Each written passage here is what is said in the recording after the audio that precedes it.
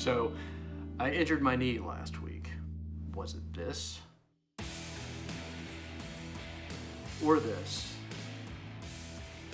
Okay, probably this.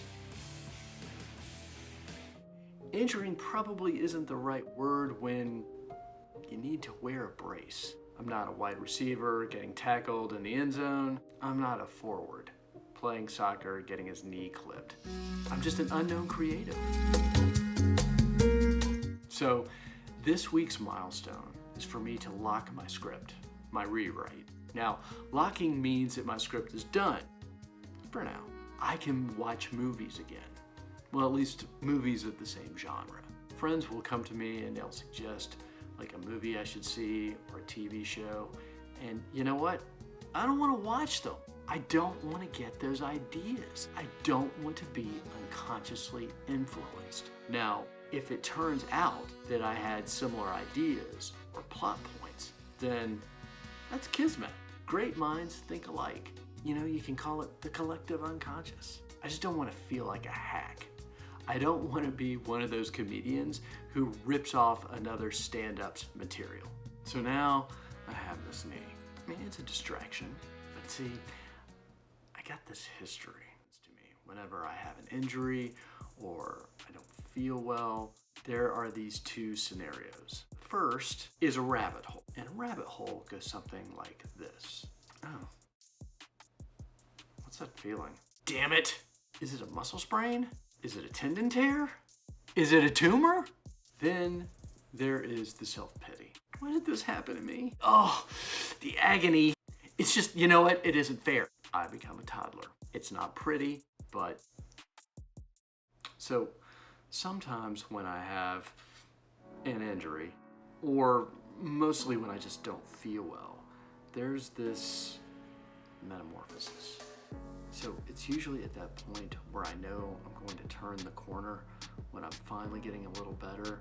Maybe it's because of the ketones, but there's this point where all of a sudden I can focus, like laser focus, and I get this motivation.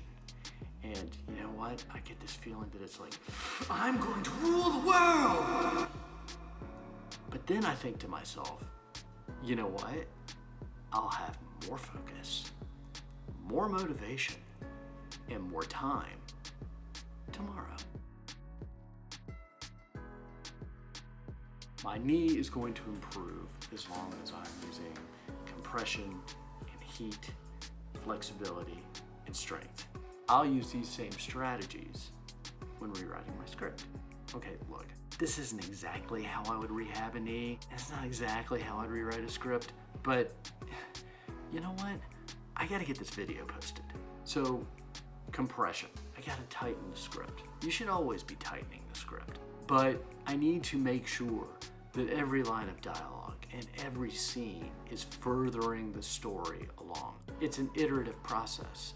So as soon as you finish that script and think you're done, you gotta go back through it again. Cut, cut, cut, until you cut so much that now the script can't stand on its own. Second thing I gotta do, bring the heat. This script is about the end of a marriage. Now, when it finally ends, it's combustible. We need to see the embers of not only the destruction of this relationship, but those embers of why they're together in the first place, so that people feel the weight of the combustion at the end. All right, so my third objective is to be flexible. Is this my 5th draft? Is it my 8th draft? It's probably closer to 14. This thing has gone on forever. But no matter how many drafts you've done, you gotta let people read it. You give it to a person that you trust. You know what? It's not quite there yet. You gotta go back into this world and try to make it better. My 4th objective, it has to do with the strength of the script. Is going to depend on how well I show and not tell. I've got this character, I've only sort of referred to them in flashback. But as I've been putting the plot points together, as I've been smoothing out this whole script, I realize that this character is very important. I have to bring in flashbacks so that this character can actually live. Can rehabbing a busted knee help you be a better creative?